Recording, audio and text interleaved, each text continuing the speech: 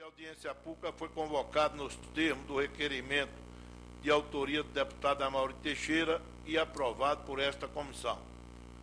Debater a importância da aprovação da PEC 555 de 2006 é nosso tema. Para isso eu convido os palestrantes presentes. Assim que for chegando os demais, nós convidaremos. Quero convidar Pedro Armengol, diretor executivo da Central Única dos Trabalhadores.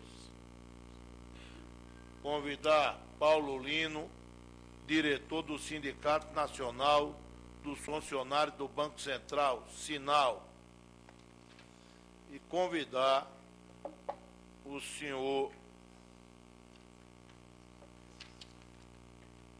Edson Guilherme Halbert, presidente do Instituto dos Servidores Aposentados e Pensionistas, MOSAP. Quero convidar também Álvaro Solon de França, presidente da ANFIP, Associação Nacional dos Auditores da Receita Federal. Então nós vamos, primeiro eu quero dizer que nós convocamos essa audiência pública como uma estratégia. A audiência pública, ela tem o objetivo de aprofundar o tema, tem o objetivo de esclarecer sobre o tema, mas também tem o objetivo de mobilizar a respeito do tema. Nós usamos essa estratégia no ano passado a respeito da PEC 270 e foi a partir de uma audiência pública que nós tivemos aqui de requerimento da minha autoria com a PEC 270, que a PEC 270 deslanchou e foi aprovada de maneira surpreendentemente célere no ano passado. Evidentemente que a tramitação dela, histórica, não foi tão célere, mas no ano passado nós conseguimos fazer uma negociação com a PEC 270, fazer a votação rápida em 2 turnos na Câmara e mais rápido ainda no Senado, assim que chegou. Nós haveremos também de conseguir a mesma coisa com a PEC 555, quem sabe. E nós vamos abrir essa reunião dizendo que nós convocamos também essa audiência pública, porque o mesmo sentido da PEC 270, nós tínhamos uma iniquidade, nós tínhamos uma injustiça. Registrar a presença do deputado Fábio Souto, que é membro dessa comissão. Nós temos uma injustiça que era um tratamento diferenciado entre o servidor público e o servidor e o trabalhador da iniciativa privada. Em relação à PEC 270, o trabalhador da iniciativa privada que aposentasse permanentemente por invalidez tinha seus proventos pagos integralmente, enquanto que o servidor tinha os seus proventos pagos proporcionalmente. A PEC 270 foi aprovada, corrigiu essa iniquidade, mas ainda perdura iniquidades contra os servidores públicos. A Constituição traz, no título que trata da Seguridade Social e no capítulo que trata da Previdência Social, ela traz um dispositivo que diz que os proventos dos trabalhadores do RGPS não podem ser tributados. Diversos autores, eu diria que quase a unanimidade, se não a unanimidade, a maioria absoluta afirmam que isso é uma cláusula pétrea. Consequentemente, não poderia ser nem mesmo alterada por proposta de emenda. E diversos autores também, porque nós temos um capítulo que trata da Previdência dos servidores públicos e temos outro capítulo que trata da Previdência Geral e mais especificamente do RGPS.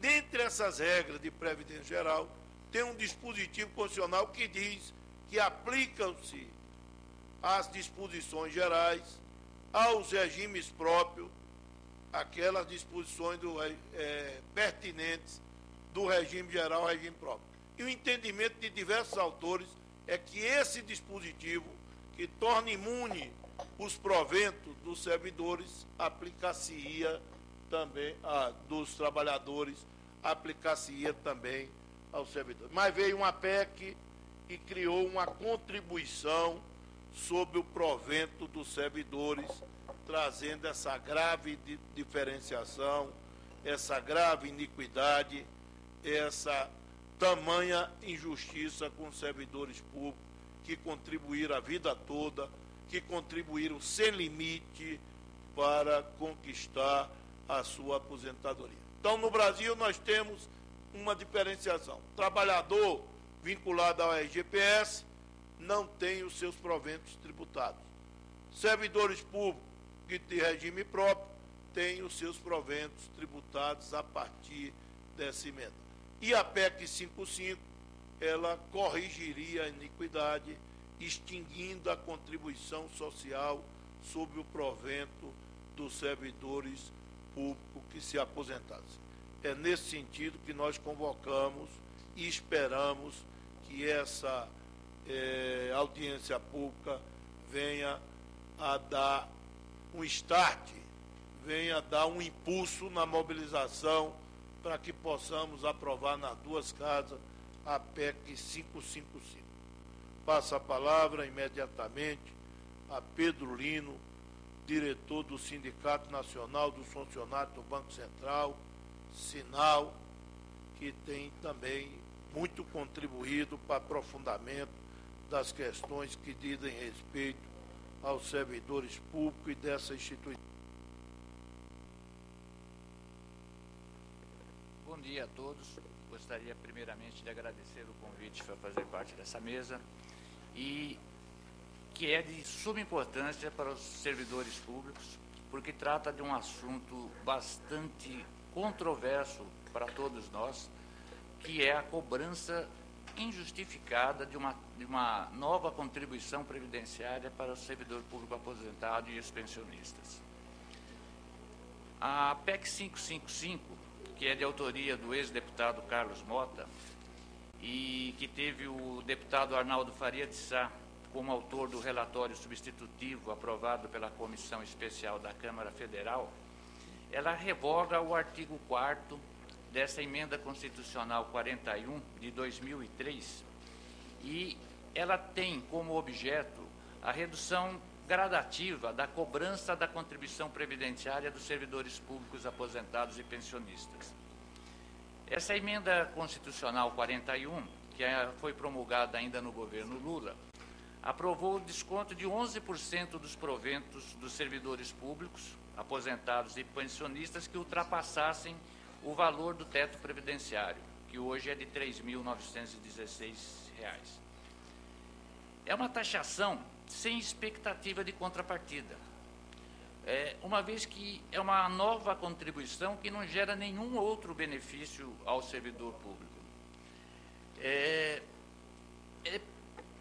quase que uma bitributação, porque volta-se a pagar por uma previdência que você já contribuiu durante toda a sua vida e que, no meu modo de ver, ela é inconstitucional, mesmo que o Supremo Tribunal Federal, quando arguido, numa decisão eminentemente política, tenha considerado-a constitucional. Como disse bem o deputado Amaury Teixeira, a nossa Constituição, quase que como uma cláusula pétrea, protege de tributação a aposentadoria dos trabalhadores da empresa privada. E, em contrapartida, ela agora cobra dos servidores públicos aposentados essa mesma contribuição. E essa cobrança, no meu modo de entender, viola um direito adquirido do trabalhador, que já contribuiu para o sistema previdenciário durante toda a sua vida. E o único intuito dessa contribuição era o de se aposentar. Muitas vezes a pessoa, ao tomar a decisão da aposentadoria, ela faz as suas contas para saber se com os proventos que passará a receber, ele poderá sair do trabalho. E isso deve ter sido feito por muita gente naquela época e que, em seguida, recebeu a péssima notícia que passaria a perder 11% do seu salário. Então, não é justo, não era exequível para que isso pudesse ser feito sem pensar que poderia até valer dali para frente, a gente iria ter uma discussão, mas não, ele pegou essa medida pegou todos os servidores públicos aposentados. É uma verdadeira anomalia, eu acho que é uma crueldade que foi cometida sobre os servidores públicos. A PEC 555, ela ameniza os efeitos dessa afronta ao que eu acho um ato jurídico perfeito. E não cria um novo benefício, ela apenas resgata o direito adquirido ao longo de toda a vida laborativa do servidor. A justificativa do governo à época para essa taxação foi o suposto déficit da Previdência, que no nosso entender não existe. A arrecadação da Previdência é suficiente para a manutenção de seus benefícios, não fossem as próprias renúncias previdenciárias que o governo estabelece, concede, e o desvio de recursos para outros projetos que são feitos através da DRU, a desvinculação da Receita da União. A gente pode até supor que não fossem esses desvios de valores que a Previdência poderia até mesmo ser considerada superavitária. A PEC 555, por meio da redução da alíquota de contribuição em 20% ao ano, a partir de 60 anos de idade do servidor, até sua completa extinção aos 65 anos, ameniza os efeitos desse castigo para que o servidor foi submetido. E esse escalonamento, é bom que se diga, ele não constava originalmente da PEC. Foi uma concessão feita para que ela pudesse ser aprovada na comissão especial que a analisou. Em São Paulo, eu sou de São Paulo, no segundo semestre de 2009, foi criada uma entidade suprassindical, denominada Frente São Paulo pela aprovação das PECs 270 e 555, que hoje conta com 119 entidades representativas de servidores públicos, dos 3 níveis, federal, estadual e municipal, e dos 3 poderes, executivo, legislativo e judiciário. Após muito trabalho, a PEC 270, que é de autoria da deputada Andréia Zito, acabou sendo aprovada quase por unanimidade na Câmara e por unanimidade no Senado Federal. Eu tenho certeza que, com esse mesmo esforço que foi feito para a PEC 270, se nós reproduzirmos para a PEC 555, a gente pode ter o mesmo êxito e o mesmo sucesso.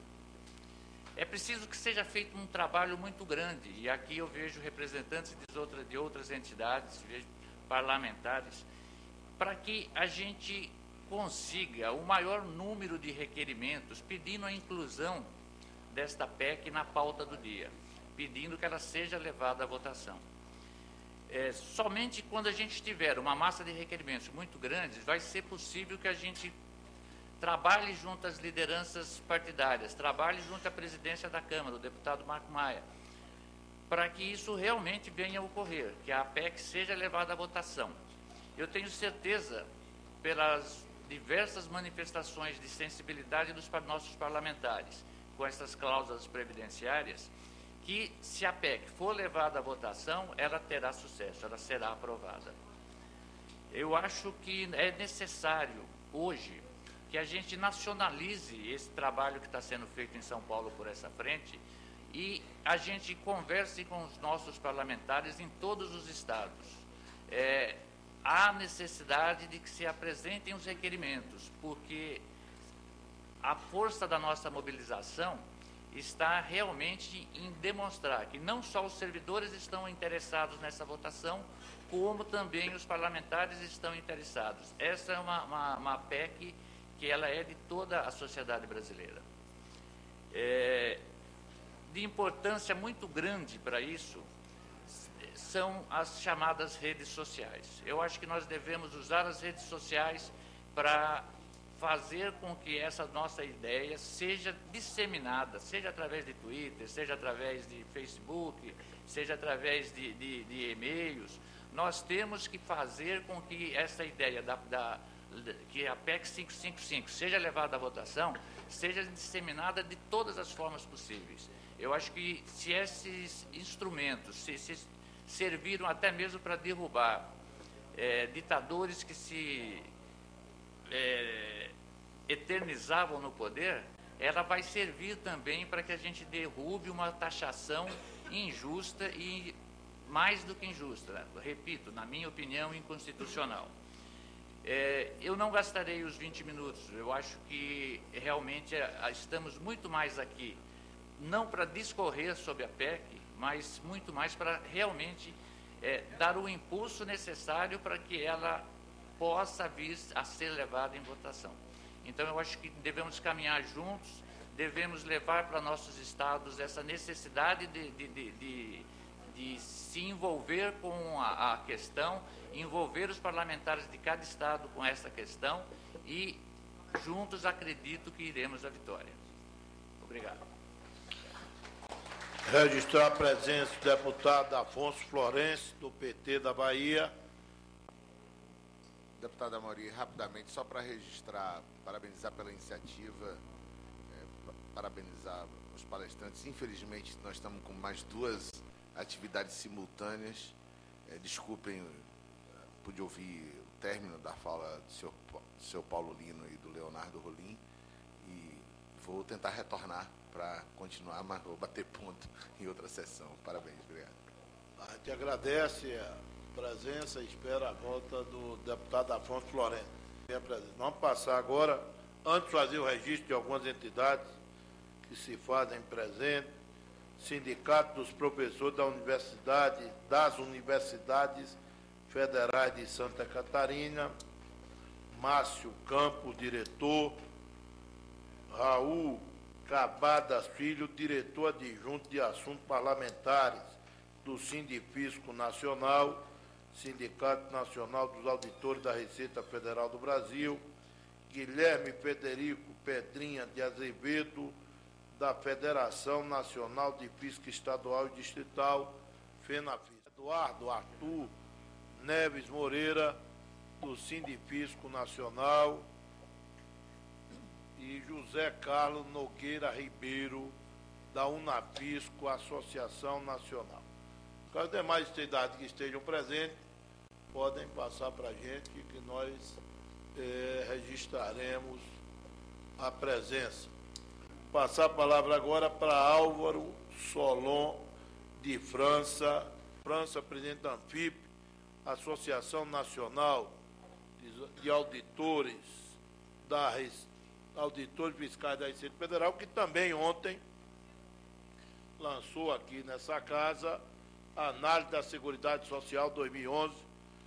A ANFIP tem tido uma contribuição decisiva na atuação nossa, inclusive parlamentar, fornecendo subsídio, aprofundando estudos, e Álvaro também já pode até ser chamado de deputado pela sua presença constante nos debates dessa casa. Muito obrigado, deputado Amaury Teixeira. Pelo menos um assessor aqui à disposição da Comissão de Seguridade Social, porque eu acredito firmemente no parlamento.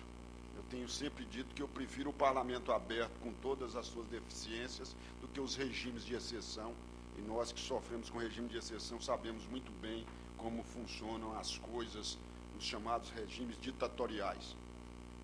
Eu gostaria de fazer uma abordagem aqui que eu acho que é fundamental para essa discussão, né?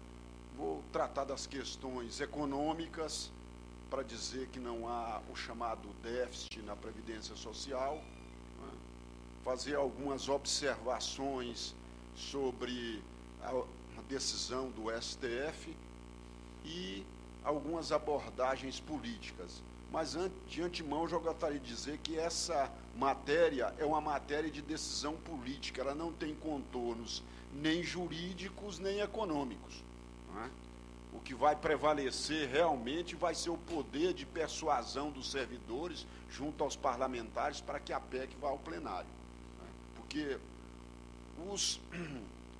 as discussões políticas, as discussões econômicas e as decisões judiciais já foram aqui abordadas, mas é bom fazer uma anamnese, um memorial sobre essa discussão. Eu estava conversando aqui com o deputado Amaury Teixeira e disse a ele o seguinte, que a contribuição dos servidores inativos, ela é prima irmã, ou se não irmã siamesa do fator previdenciário. Por que que eu digo isso? É porque ambas não têm caráter previdenciário, e sim de ajuste fiscal puro e simples. Puro e simples ajuste fiscal. Em determinado momento, para questões de ajuste fiscal, resolveu-se instituir a contribuição de inativos, assim como em 1999, por pressões internacionais e de ajuste fiscal, instituiu-se o fator previdenciário. Então, elas são prima irmãs da mesma matriz ideológica econômica de ajuste fiscal. Essa é a primeira questão a ser posta. É bom fazer uma análise que a contribuição dos servidores inativos, ela não começou com a emenda 41. Antes da emenda 41, houve aqui no Congresso Nacional 10 tentativas frustradas para a aplicação da contribuição dos servidores inativos. Então, era uma questão ideológica de ajuste fiscal que foi, ao longo do tempo, sendo tentada no Congresso até que as forças políticas à época conseguissem que esse intento fosse alcançado. E vou fazer aqui uma relação delas, porque a história, ela nos ensina como devemos preparar para o futuro e não cometer os erros anteriores. Houve a PEC número 59, 1991, governo Collor, conhecida como emendão. Primeira tentativa. Segundo, projeto de lei 2.474, 92, Collor, para pagar os 147 dos aposentados do INSS. Revisão constitucional de 1993, do parecer do relator Nelson Jobim. Projeto de lei 914 de 1995, governo FHC, rejeitado na Câmara. PEC 33 de 95, governo FHC, rejeitada na admissibilidade da PEC. Na PEC 33, a contribuição dos inativos, ela não passou na admissibilidade da CCJ aqui. Então, foi retirada da PEC 33, que depois se tornou na emenda 20. PEC 33, substituído do Senado, instituiu a contribuição, foi rejeitada em segundo turno. Medida provisória 1646, governo FHC, por acordo em plenário, isentou os aposentados pensionistas de contribuição nas edições seguintes. Medida provisória 1720, 98, governo FHC, rejeitada por 205 votos a 187. A ADIM 2010 declarou inconstitucional a Lei 9.783 de 98 por falta de base constitucional e por configurar confisco, porque a contribuição poderia chegar até 25% do provento. Então, PEC 136, 1999, governo FHC ficou sem deliberação. Até que nós chegamos na chamada emenda 41. Então, essas questões todas são tentativas de governos, à época, neoliberais, para ajuste fiscal e que foi tentada aqui na casa até se conseguir. Por que que eu digo isso? Isso é importante porque, assim como foi instituída a contribuição dos inativos por essa tentativa reiterada aqui na casa, agora cabe a todos os servidores civis, aposentados, ativos e pensionistas, lutar com a mesma perseverança para que ela seja extinta. É assim que funciona o jogo democrático. Por isso, o primeiro apelo que eu faço é o da perseverança na luta para a extinção da contribuição dos inativos. Não é uma primeira tentativa, uma segunda, que nós possamos desistir. né? Essa é uma tentativa que deve ser colocada para que todos tenham a consciência de que só virá com perseverança e luta, né? E como diz a presidenta Dilma, o que a vida requer de cada um de nós é coragem e perseverança. Questões agora econômicas. Primeira discussão. Não há déficit no chamado sistema de seguridade social. Muitos entendem que os servidores públicos não estão no chamado sistema de seguridade social, mas apesar de estar no artigo 40 da Constituição, e a Seguridade Social do Brasil, ela trata do artigo 194, 195 e seguintes, implicitamente ela faz parte do conjunto de Seguridade Social, porque se trata de benefícios previdenciários. As publicações que nós temos distribuído aqui na Câmara e para toda a sociedade, elas indicam que ao longo da sua história, desde a instituição em 1988, a Seguridade Social é superavitária. Não é? Dados coletados do próprio governo e colocados na análise da Seguridade Social em 2011 indicam 77 bilhões de superávit. Aqui uma provocação ao meu amigo Leonardo, que é a seguinte. Bom, os servidores têm toda aquela história que ele contou aqui e que, por isso, foi instituída a contribuição dos servidores públicos civis. Agora, eu pergunto, essa mesma lógica, ela não se aplica aos militares?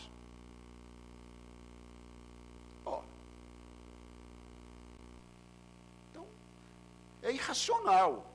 Se a lógica da construção do chamado déficit dos servidores públicos e dos servidores militares, o déficit é muito maior, por que não se aplicou, então, isonomicamente a mesma situação? Então, não procede.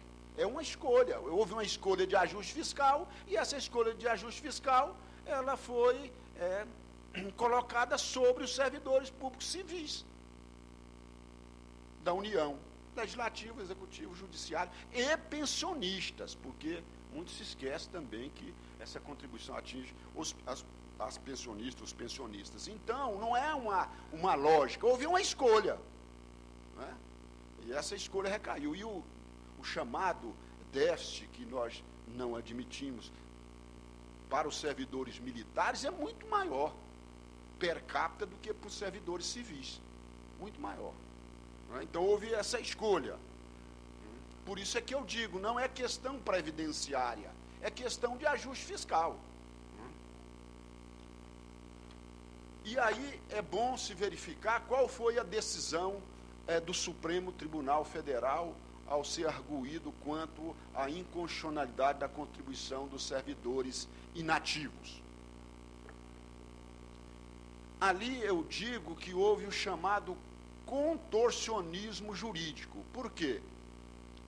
Porque o primeiro voto da ministra Ellen Grace foi pela procedência da DIN. Aqui nós estávamos lá, o Mozap, aqui o nosso amigo Edson, né?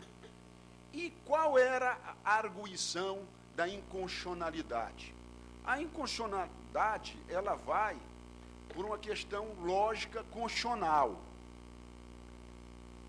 O artigo 195, parágrafo 5º da Constituição, diz que nenhum benefício ou serviço da Seguridade Social poderá ser criado, majorado ou estendido sem a correspondente fonte de custeio total. Qualquer cidadão que tenha noções, mesmo que incipientes de direito, sabe que prevalece também o contrário senso. Então, se não pode criar nenhum benefício sem fonte de custeio, também não pode se criar nenhuma fonte que não tenha nenhum benefício, ora. É a lógica racional, né, do bom senso e direito. Nós aprendemos nas escolas de direito, eu aprendi assim, que direito é principalmente bom senso. Então, não pode criar nenhum benefício sem ter a fonte de custeio para sustentá-lo. Ora, também não pode criar nenhuma fonte de custeio para não ter benefício algum. E aí, por que eu digo que houve um contorcionismo jurídico? Houve um contorcionismo jurídico porque ali o Supremo entendeu que a contribuição dos inativos, ela só era constitucional a partir do teto do regime geral de previdência social. Foi uma saída que o Supremo encontrou para falar que era constitucional. Falou, olha, se o regime geral não tem contribuição, os servidores também não podem ter contribuição. E então vamos aplicar esse teto. Foi uma saída, é o chamado contorcionismo jurídico. Né? Houve uma pressão política, foi uma decisão política, não jurídica, e precisaria de ter ali um suporte. E qual foi o suporte? É este, né? Porque se não fosse a interferência à época do ministro Peluso, com a tese da inexistência do direito adquirido dos aposentados e pensionistas de pagar tributos, aí o que o Supremo saiu? Foi por uma contribuição. E mesmo a contribuição, o que ocorre? Mesmo que se não fosse nada vinculado ao sistema previdenciário, fosse uma contribuição solidária, nós aprendemos que há uma diferença entre os impostos e as contribuições. Qual é a diferença básica, fundamental? Os impostos não têm destinação específica. Você tem um imposto, aplica-se em qualquer área. A contribuição, ela tem uma destinação específica. Ora, qual é a destinação específica da contribuição dos inativos? Nenhuma. Era milhões, então falaram, então vamos criar um imposto, né, e não vim com o eufemismo da contribuição. Essas questões todas, elas são extremamente relevantes para dar suporte àquela primeira observação que eu fiz. A discussão não é somente econômica, nem somente jurídica, ela é essencialmente política. Certo? Houve uma escolha política para um ajuste fiscal e ela recaiu sobre os servidores, como tem recaído ao longo do tempo. Não é? Os servidores têm brigado. Aqui nós, pela Anfip, entramos com mandado de injunção no Supremo Tribunal Federal para a aplicação do artigo 37 da Constituição, que trata do reajuste anual dos servidores, coisa que está na Constituição, não é aplicado. Não é? Não estou falando de ganho real, estou falando de recomposição de perdas salariais, como é aplicado para o RGPS hoje. Né? Essa situação toda, ela se torna mais ainda visível do ponto de vista do ajuste fiscal, quando se trata da nova aplicação a partir da edição completa do chamado FUNPRESP. Né?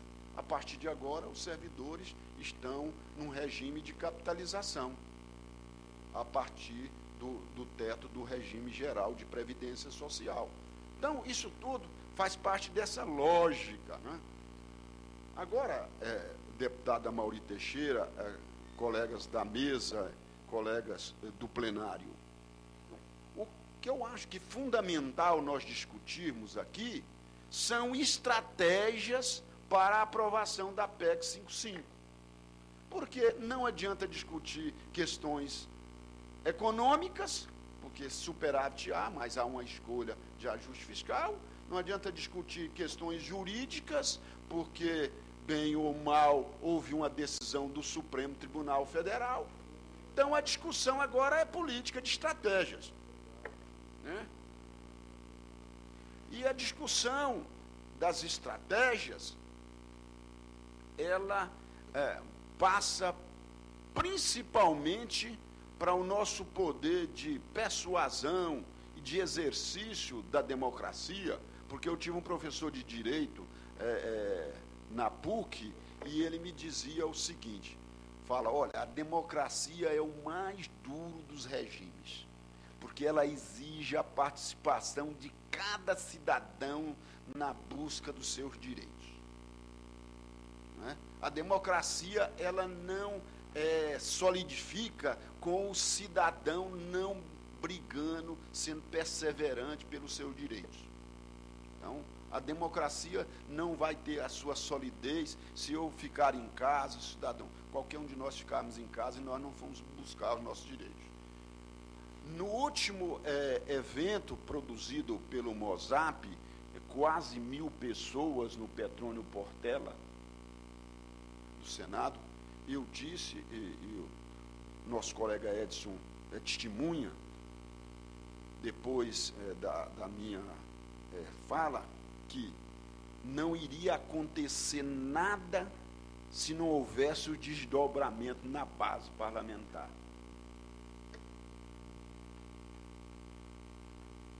E aí as coisas não ocorreram. Por quê? Porque não houve a chamada pressão democrática, saudável, na base parlamentar dos deputados. Não houve. Tanto não houve, na medida adequada, que a PEC 270, ela tinha quase 400 requerimentos para ser levado à pauta da Câmara, e o último levantamento que nós obtivemos, a PEC 555, ela tinha menos de 200, cerca de 150 requerimentos. Se não houver a pressão na base parlamentar, para que o parlamentar venha aqui e requeira ao presidente da Câmara, deputado Marco Maia, que haja pressão, que haja requerimento do partido, dos líderes dos partidos, para que a PEC seja levada ao plenário, ela não vai ser levada ao plenário. Estou sendo extremamente aqui sincero com vocês, pela experiência que eu tenho aqui no Congresso Nacional. Se nós tivermos 400 requerimentos dos 513 parlamentares solicitando, requerendo que a PEC entre em pauta, eu tenho certeza que o presidente Marco Maia vai colocá-la na pauta de votação. Mas se isso não ocorrer, o inverso também é verdadeiro. Ela não vai ser colocada em pauta. Há uma vantagem. Qual é a vantagem? É que a PEC já foi aprovada na comissão especial e, sendo assim, ela não pode ser arquivada. A qualquer tempo, ela pode ser retirada para ser levada ao plenário. Então, qual vai ser o chamado relógio político? O relógio político só vai ter as horas que nós queremos se nós tivermos o poder de pressionar na base os parlamentares para que ele venha aqui e requeira que a PEC vá ao plenário. Se isso não ocorrer, não vai haver votação. Até porque é uma situação que nós precisamos ter também a compreensão. Como é uma alteração de texto constitucional, nós precisaríamos de 308 votos, sim, em 2 turnos aqui na Câmara. Então, mas aí já fica mais fácil, porque como é votação nominal, vai ficar muito ruim para o parlamentar o nome no painel. Então, são essas pressões que são naturais do regime democrático. E o regime democrático, ele necessita do exercício, tem que ser exercitado. Não é? Tem que ser exercitado no voto, na busca do direito. Não é? Uma outra questão, para finalizar, que eu entendo que é fundamental. O mundo hoje, ele mudou. E existem várias formas de pressão. E as entidades, os servidores públicos, têm que entender que nós temos que partir para a chamada pressão do mundo virtual. Temos que fazer melhor uso das chamadas mídias sociais. Twitter, Facebook. Na PEC 270, o deputado Amaury Teixeira aqui é testemunha, N parlamentares disseram que já não estavam mais aguentando a pressão nas mídias sociais dele. Isso é fundamental hoje, né? Existe torpedos, existe tudo. Não adianta você mandar uma cartinha, porque primeiro, porque o Correio já não está tendo a eficiência que tinha antigamente. E segundo, porque vai ficar nos escaninhos, não é? Não adianta você vai mandar um e-mail, porque o e-mail da maioria esmagadora dos parlamentares aqui, ele é administrado por um assessor, ou senão não vai passar nem da quarentena da mala dele. Então, são essas questões que eu acho que nós devemos ficar mais atentos. Pressão parlamentar na base, não é? Vai ter eleições municipais, e muitos pensam, não é eleição municipal, mas eleição municipal tem influência para a eleição de deputado federal, todos sabem aqui disso. Né? É hora de encontrar o parlamentar e pressionar, e irmos para as mídias sociais. Nós distribuímos este material da Anfip pela aprovação da PEC 55, alguns dados aqui, está à disposição, todos podem reproduzir, guardar da fonte, e eram essas as minhas considerações. Muito obrigado, deputado. Quero parabenizá-lo pela brilhante exposição. Vamos passar para a palavra ao próximo orador.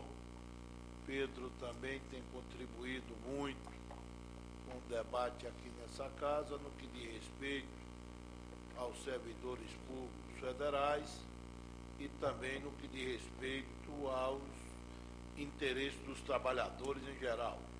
Ele que já foi diretor da Condicep, por motivo da Central Única dos Trabalhadores, CUT. Com a palavra, Pedro Armengol.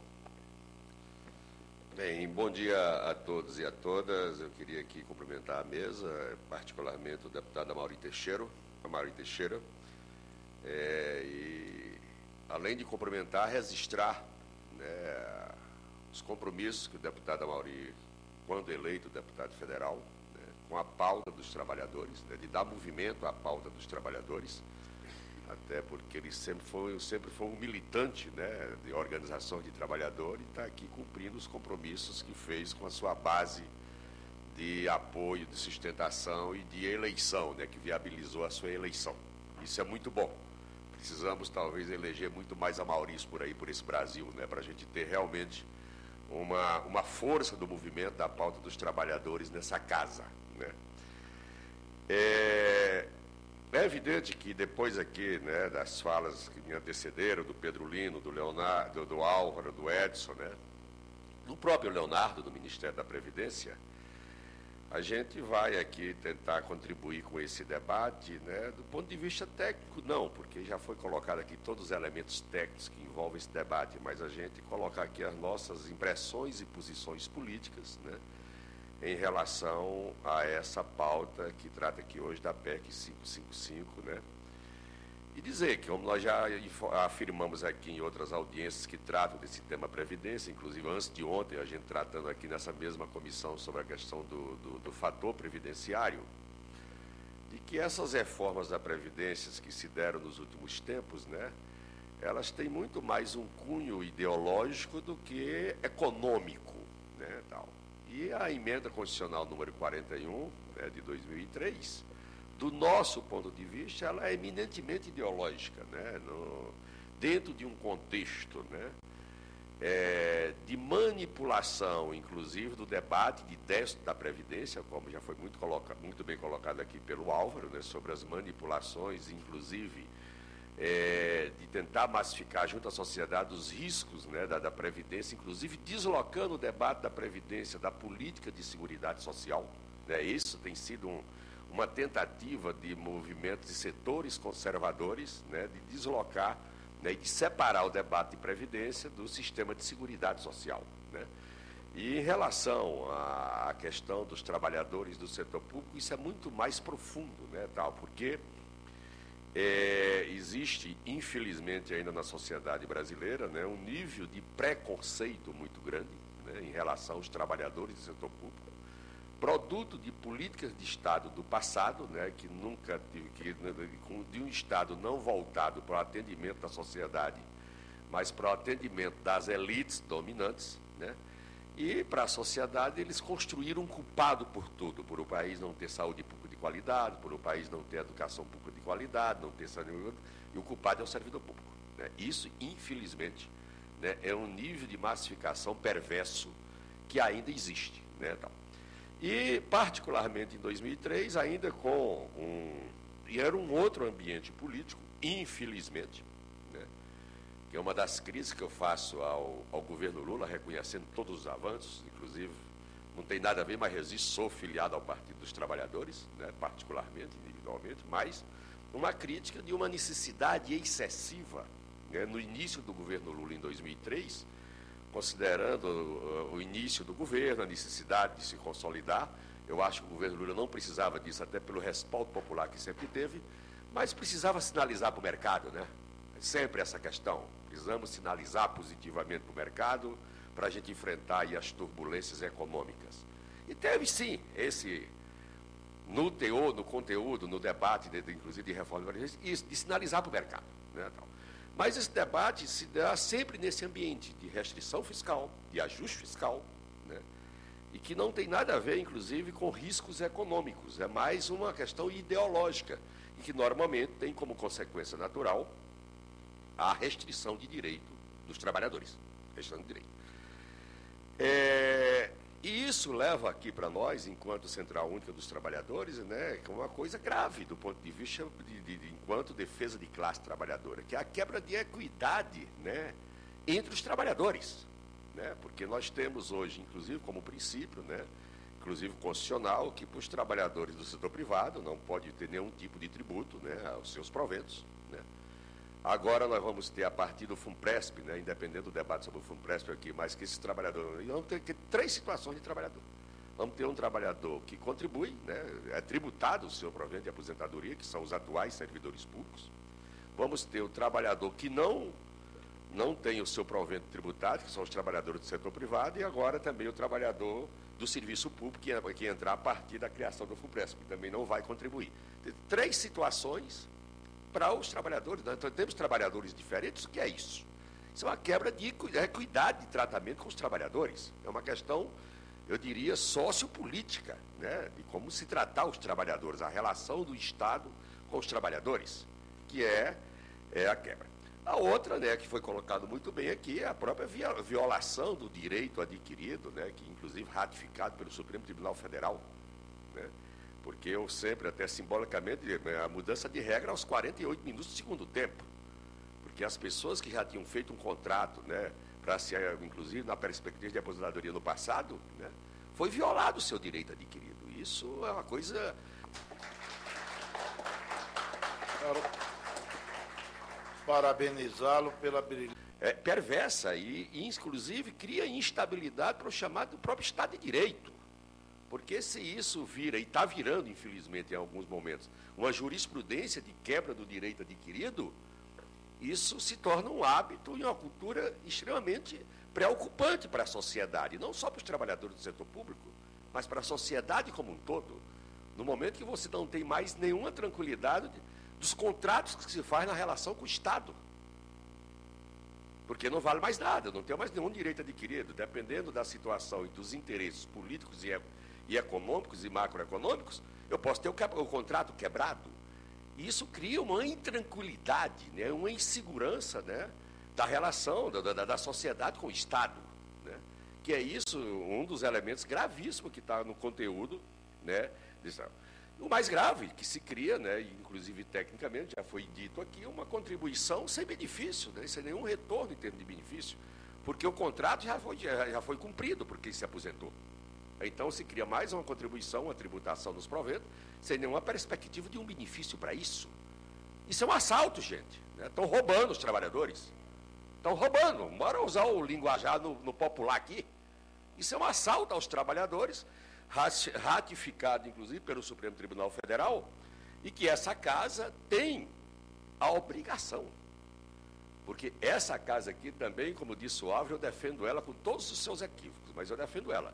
Porque minimamente aqui estão pessoas representadas pela sociedade.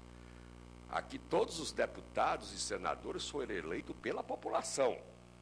Essa casa tem a obrigação de refletir as expectativas e os anseios da sociedade. Diferente do STF, que é indicado. Né? Os ministros do Supremo Tribunal Federal não são eleitos. Eles são indicados. Mas aqui são eleitos pelo povo.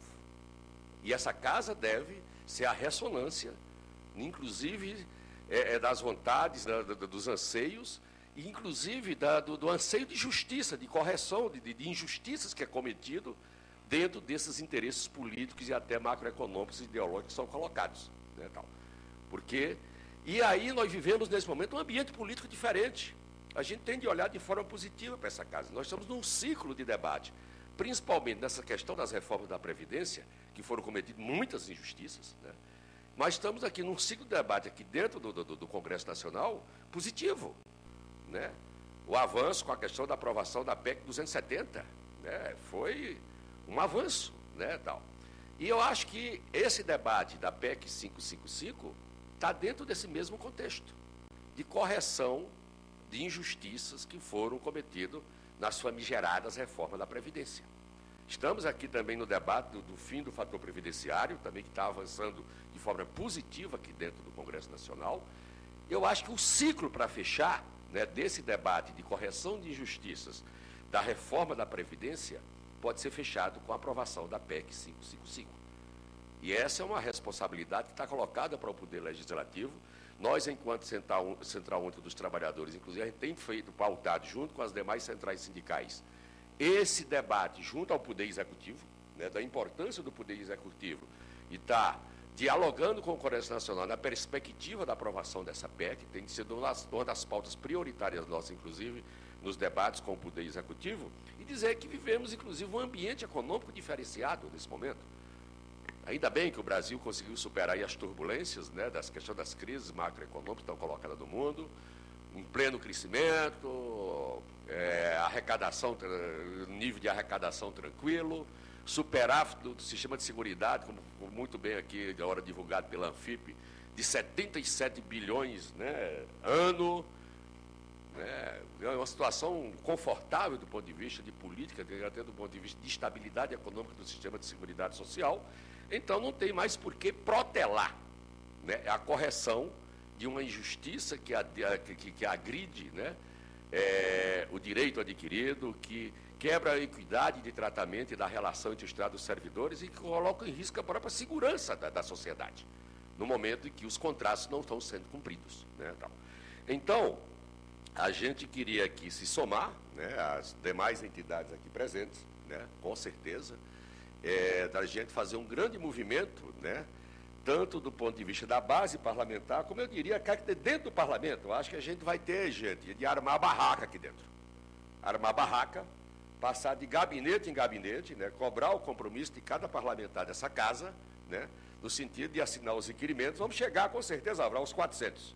Eu acho que se a gente se organizar direitinho aí, as organizações de todos os trabalhadores ativos, aposentados e pensionistas, nós temos sim condições de viabilizar esses requerimentos e, com certeza, ainda esse ano, não estou olhando, inclusive, ainda para esse ano de 2012, a gente corrigir essa injustiça que está sendo cometida com centenas e milhares de trabalhadores aposentados e pensionistas desse país e aqueles que estão se aposentando. Nos próximos 3 anos, só na administração pública federal, nós vamos ter no Poder Executivo em torno de mais de 250 mil aposentados.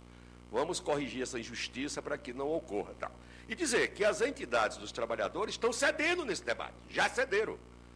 Quando da aprovação do substitutivo, né, em 2010, né, eu quero dizer que nós estamos cedendo, porque para nós o correto era o fim absoluto da contribuição, considerando, né, a correlação de forças, né, e o ambiente político para a gente tramitar a proposta da PEC 555, nós cedemos quando colocamos, né, esse pedágio de 20% a partir de 60 anos até 65 anos, nós cedemos quando abrimos mão dos retroativos. Isso é uma cessão dos trabalhadores. Os trabalhadores estão cedendo parte do seu direito na perspectiva de ter um acordo mesmo. E só se faz acordo, só existe acordo, se as partes cederem. Então, os trabalhadores já cederam muito nesse debate, já cederam muito. E essa casa agora que tenha, bora dizer, cumpra o seu papel legislativo, né, inclusive de corrigir essa injustiça, né, inclusive ratificada pelo Poder Judiciário. Então, eram esses elementos que a gente queria colocar mais do ponto de vista ideológico e colocar a Central Única dos Trabalhadores à discussão e junto nessa luta pela aprovação da PEC 555/2006. Obrigado.